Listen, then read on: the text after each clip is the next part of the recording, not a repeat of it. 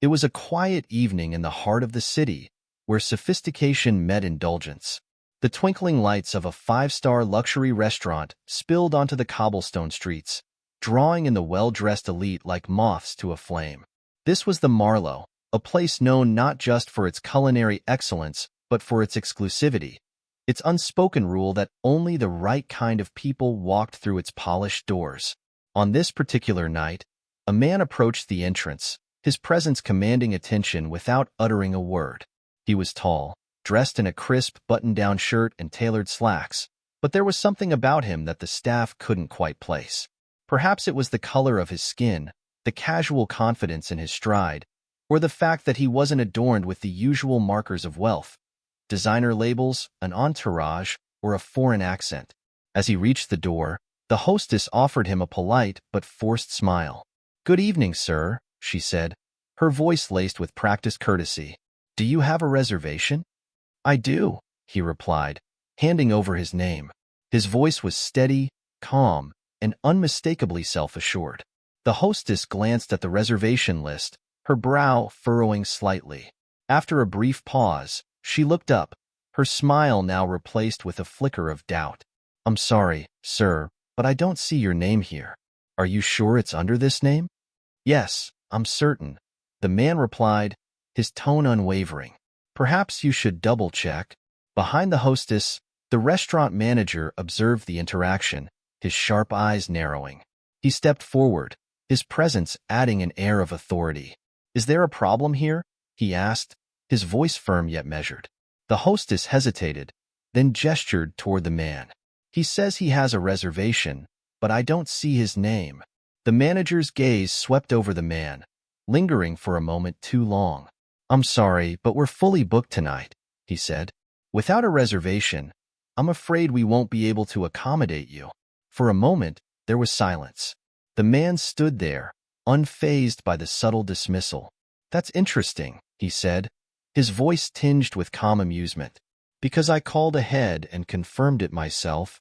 The tension in the air was palpable, and diners seated near the entrance began to glance over, sensing that something was unfolding. The man wasn't loud, nor was he combative, but his presence was impossible to ignore. As the hostess and manager exchanged uneasy glances, the underlying issue began to surface. Was it truly a matter of an administrative error? Or was it something more insidious, rooted in assumptions about who belonged in such an establishment? This wasn't the first time the man had encountered moments like this, and it likely wouldn't be the last. But tonight, he decided, things would be different. Tonight, he would let the events unfold, and let the truth reveal itself. The scene was set, the players in place. The quiet sophistication of the Marlowe would soon be interrupted, and the lessons learned would ripple far beyond the restaurant's gilded walls. The manager's polite but dismissive tone hung in the air as the man took a moment to absorb the situation. This wasn't unfamiliar territory for him. Years of subtle looks, hesitant handshakes, and double standards had taught him how to navigate these waters. But tonight, the stakes felt different. The sharp sting of being told, without words, that he didn't belong here was something he couldn't ignore. The man took a slow, deliberate breath. "Are you sure there isn't a mistake?" he asked again, his voice as calm as ever. "I made the reservation days ago, and even called earlier this evening to confirm." The manager's eyes flicked to the hostess as if searching for backup. "Sir," he said, a hint of irritation creeping into his tone, "I assure you, we do not have your name on the list. If you'd like, I can recommend another restaurant nearby." It was a thinly veiled attempt to brush him aside. "I see," the man said, a small smile playing at his lips. His confidence, so unshaken, seemed to unnerve the manager. "Well, I'd still like to speak to someone else, perhaps the owner or head of reservations." The manager stiffened. "I am the manager," he replied, emphasizing his authority. "And as I said, we cannot accommodate you this evening." The hostess shifted uneasily, sensing the tension. Customers nearby were watching now, the quiet murmur of their conversations interrupted by the faint strain of conflict at the door. The man noticed this too, but instead of retreating, he leaned into the moment. "Do you turn away every guest whose name you don't see?" he asked, Or just the ones who don't fit a certain profile? The question hung in the air, sharp and pointed. The manager bristled visibly, his professionalism slipping ever so slightly. "Sir, we reserve the right to deny entry to anyone," he said, his voice tightening. "It's not about appearances, it's about our policies." But the man's gaze didn't falter. He'd heard variations of this line before, the kind that masked unspoken biases under the guise of professionalism. His calm demeanor contrasted sharply with the growing unease of the staff, their discomfort betraying what they wouldn't say aloud. What the staff didn't know, what no one knew yet, was just who this man was. He wasn't just any prospective diner. He was someone whose name carried weight, someone who had earned his place at any table. The irony was almost amusing. If they'd taken just a moment to Google his name or to listen instead of assuming, they would have realized their mistake long ago. But instead, they chose to dismiss him, writing him off as someone out of place, someone who didn't belong. As the conversation unfolded, snippets of whispered comments from nearby tables reached the man's ears. "Do you think he's lost?" one diner murmured, her tone laced with judgment. "Maybe he's just trying to sneak in," another added, chuckling softly.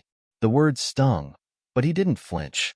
If anything, they strengthened his resolve. Moments like this were why he worked so hard to reach the position he was in today. He had spent years breaking barriers and challenging stereotypes, only to find himself here, once again, facing the same assumptions he thought he'd left behind. The hostess, growing visibly uncomfortable, hesitated before leaning toward the manager. "Maybe we should double-check the list," she whispered. But the manager waved her off. "That won't be necessary," he said firmly, glancing at the man once more. "I'll have to ask you to leave." The man smiled again, a knowing smile that carried both patience and power. "You might want to reconsider," he said softly. "I don't think you want to make this mistake." The manager frowned, but before he could respond, a voice from behind interrupted the exchange. "What seems to be the problem here?" The question came from a middle-aged man dressed in an impeccably tailored suit, his presence exuding authority. It was clear that he was someone of importance, someone who could overrule even the manager. The manager turned, momentarily flustered. "Ah, Mr. Caldwell," he began, his tone suddenly deferential. "It's nothing. This gentleman was just leaving." "Leaving?" Mr. Caldwell repeated, his brow furrowing as he looked from the manager to the man. His eyes lingered on the man for a moment before widening slightly in recognition. "Wait a minute. You're—" The man raised a hand, cutting him off gently but firmly. "Yes," he said, his voice calm yet commanding. "I am." The silence that followed was deafening. The manager's face paled as realization dawned, his confidence crumbling in an instant. The other diners, sensing that something significant had just happened, fell quiet, their curious gazes fixed on the scene unfolding before them. For the first time that evening, the man felt the shift he'd been waiting for. The truth, so long hidden beneath layers of assumption and bias, was finally starting to emerge. The manager's face was frozen, his previously confident demeanor replaced by something between shock and panic. Mr. Caldwell, the restaurant's owner, had recognized the man standing before them, a recognition that quickly shifted the dynamics of the entire situation. "Wait," Mr. Caldwell said, turning fully toward the manager. "You mean to tell me you didn't know who he is?" The manager stumbled over his words. "I didn't know, sir. He didn't say." The man finally spoke, his voice cutting through the awkward stammering. "I didn't need to say," he replied calmly. "I shouldn't have to announce who I am to receive basic respect. Isn't that what hospitality is about?" The silence that followed was heavy with unspoken truths. The manager avoided eye contact, the realization of his mistake settling in like a weight on his shoulders. The man turned to Mr. Caldwell. "I've heard great things about this restaurant," he said, his tone measured yet pointed. "But tonight has been enlightening." Mr. Caldwell's expression was a mix of embarrassment and urgency. He knew the stakes now, not just for his reputation but for the very integrity of his establishment. "Please accept my sincerest apologies," he began, addressing the man directly. "This is not how we conduct ourselves at the Marlowe. I assure you, this is an isolated incident." The man raised an eyebrow, his skepticism clear. An isolated incident? He repeated. Are you sure about that? Because this didn't feel isolated. It felt practiced. Like a system, not a mistake. The diners nearby exchanged uneasy glances, suddenly aware that the conversation had shifted from a personal conflict to something much larger. Mr. Caldwell, sensing the gravity of the situation, gestured toward a quieter corner of the restaurant.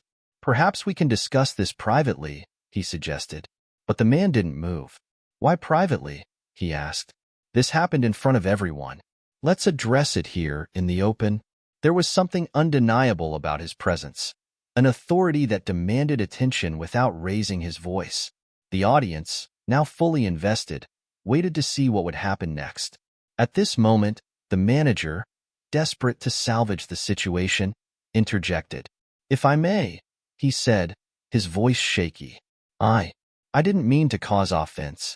It was a misunderstanding. A misunderstanding, the man repeated, his tone sharp. Is that what you call dismissing someone based on an assumption?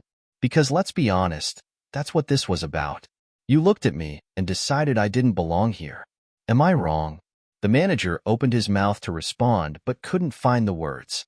The man turned to the diners, his gaze sweeping over the room. Let me tell you something, he began, his voice steady but powerful. I've spent my life dealing with moments like this, moments where I'm judged before I've even said a word, moments where people decide, without knowing me, what I'm worth or where I belong. He paused, letting his words sink in.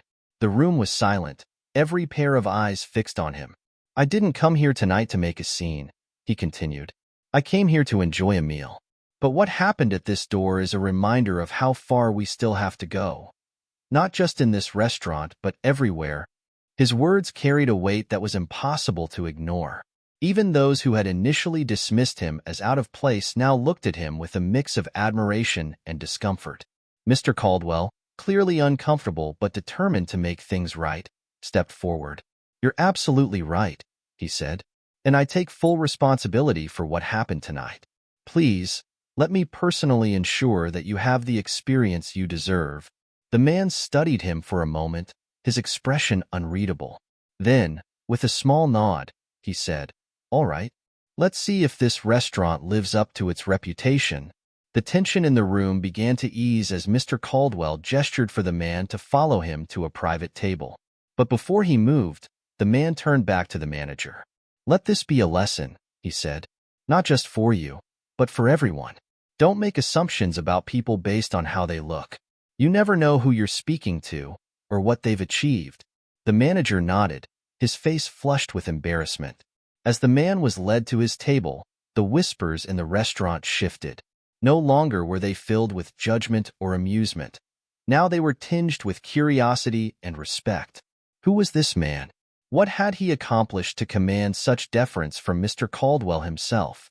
The answer would soon become clear, but for now, the mystery lingered, leaving the diners with much to reflect on. The private table Mr. Caldwell had arranged was nestled in a corner of the restaurant, adorned with fresh flowers and a view of the open kitchen. It was the kind of space reserved for VIPs, discreet, elegant, and far removed from the commotion of the main dining area. But for the man, it wasn't the table or the setting that mattered. It was the principle. As he sat down, Mr. Caldwell hovered nervously nearby. Once again, I'd like to apologize for the earlier incident, he began, his tone sincere but tinged with desperation. I assure you, this is not how we typically treat our guests.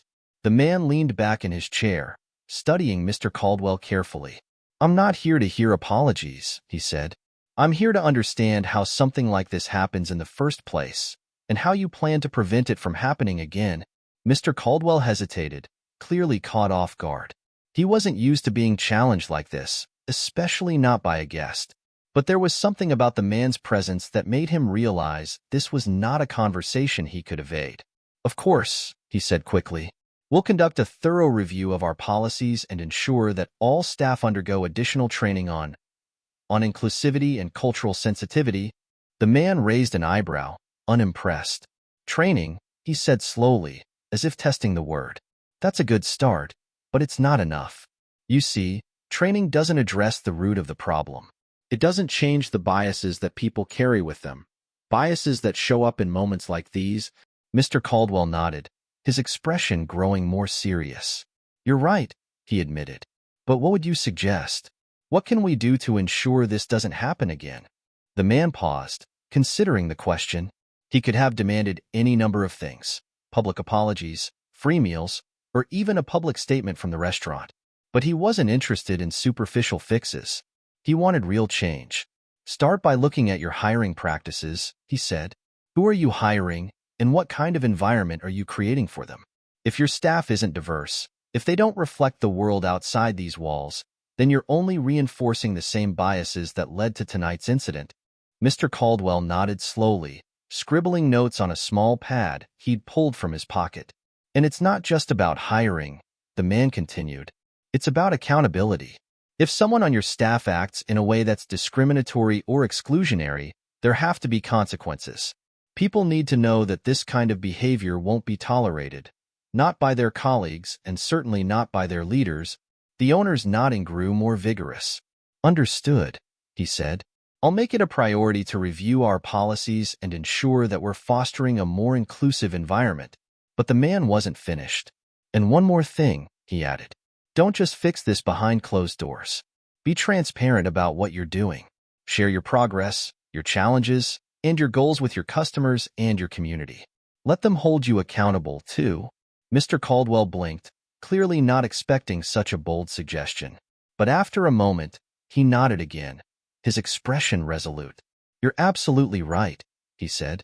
We'll make it public. People need to see that we're serious about making a change. The conversation was interrupted by the arrival of the head chef, a tall woman with a warm smile and an air of authority. Good evening, she said, addressing the man directly. I'd like to personally apologize for what happened earlier. It's not reflective of the values we hold in this kitchen. The man nodded politely. Thank you, he said. I appreciate that. The chef placed a menu in front of him, but before he could open it, she added, if it's all right with you, I'd like to prepare something special tonight. Something off menu. The man smiled, the first genuine smile he'd shown all evening. That sounds wonderful, he said. As the chef left to begin preparing his meal, the man turned back to Mr. Caldwell. You have a good team here, he said. But moments like this show you where the cracks are. It's up to you to fix them. I will, Mr. Caldwell said firmly. You have my word. The man nodded, satisfied, for now. But as the evening unfolded and the meal progressed, he couldn't help but think about the larger implications of what had happened. This wasn't just about one restaurant or one incident. It was about the countless moments of discrimination and exclusion that people faced every day, in spaces both big and small. It was about the systems and structures that allowed those moments to happen, and the work that needed to be done to dismantle them. As the head chef brought out the final course of the evening, a stunning dessert that looked more like a work of art than something edible, the man leaned back in his chair and took a moment to reflect. This wasn't the ending he'd expected when he walked into the Marlowe, but maybe it was the ending that needed to happen.